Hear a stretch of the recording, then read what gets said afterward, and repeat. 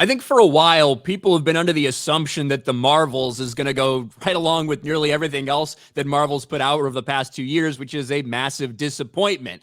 But they have had some good news recently. You're right, Jay. With the Hollywood strike, Warner Brothers decided they didn't want to put out Dune Part 2. So now they have no competition. It's completely open. No excuses for failure at the box office. But in addition to that, they decided that they didn't need Brie Larson and company to go out and promote this movie. With the Hollywood strike, the actors won't be able to go out and promote it. So they decided, hey, that's not going to happen. Myself and a lot of other people thought that's a good thing because it means we're not going to see as many interviews, as many little viral clips like that from these actresses talking all about identity politics when it comes to the movie. Well, don't worry. They've got someone else to do that for them. The Marvels director, Nia DaCosta, unsurprisingly plays racism and sexism card in promotion of the Marvels. How nice. The entire Vanity Fair interview is basically just her talking about how oppressed she's been as a black woman in the industry for so long. And this is one of the interesting quotes that came out of it. The Marvels director, Nia DaCosta, who will be the first black woman directing an MCU film, says she's most surprised at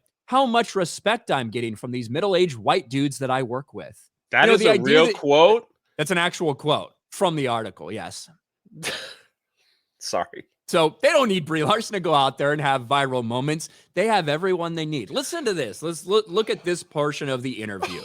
Sometimes as a black woman, you realize that people think you take up more space than you actually do, or your voice sounds louder to people than it actually is, or your tone is more stern than it actually is. Yeah, it must just only be black women that have a problem being misinterpreted with their personalities. Congratulations, you're such a fucking oppressed victim. DaCosta added that some crew members on previous sets she worked on said things that are super inappropriate that you would just never say to anyone else because they were so specific to my gender, my race, my age. Thanks for all the examples you provided, which are zero. But then the writer of the Vanity Fair article makes it clear that none of this happened on the Marvels. She had a very different experience on the Marvels, fortunately, in part because she had the power to hire the people she wanted for her team. I realized it wasn't ever going to be about how much power I amassed or how many great movies I made or if I won awards. It was always just going to be the people I surrounded myself with. The thing I've been most surprised by lately is how much respect I'm getting from these middle-aged white dudes that I work with. You know, if you expect that every single person based on their age and their race and their gender to treat you a certain way, maybe you're the racist one. Maybe that's the case. You just said that as a black woman, people assume all these things about you. And now you are assuming how people of a certain age, of a certain race, and of a certain gender are going to treat you.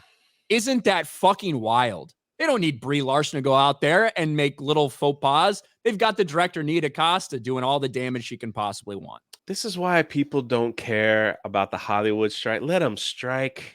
For 10 years, the writer strike, we don't care because they keep coming out and saying stuff like this. Then they go out on strike saying, hey, we need more money.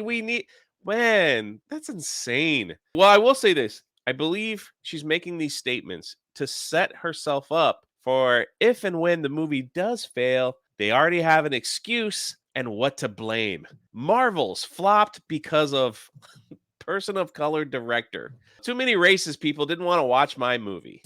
That'll be the next Vanity Fair headline after the movie comes out. And then, of course, something else that came from this Vanity Fair article was initially, this was in the Vanity Fair article. The Marvel's budget is $130 million, according to Vanity Fair.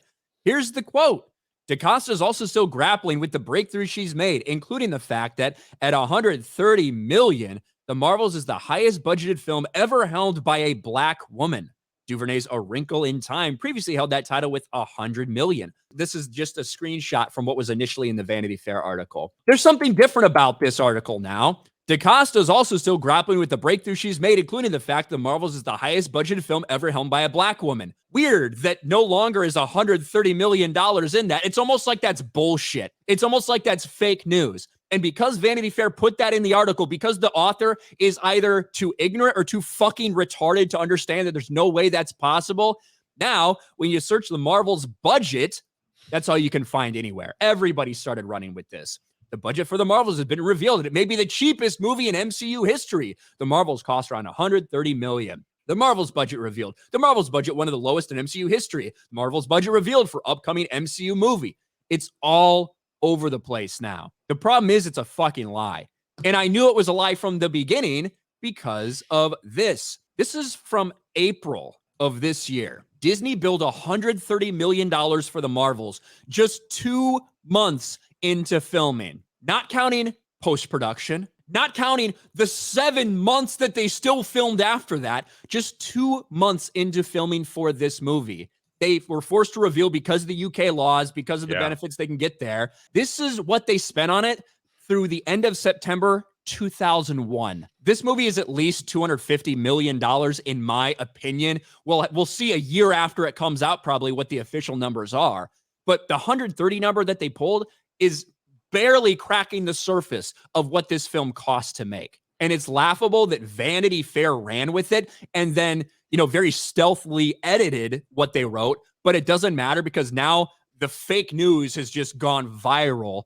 And people are going to assume that this movie now needs to do a lot less at the box office. You're going to see that for the next fucking months. When we talk about what a flop the Marvels is, people are going to respond, well, it had one of the lowest budgets ever. It was only $130 million. That's exactly what you're going to see from these stupid fucking retards.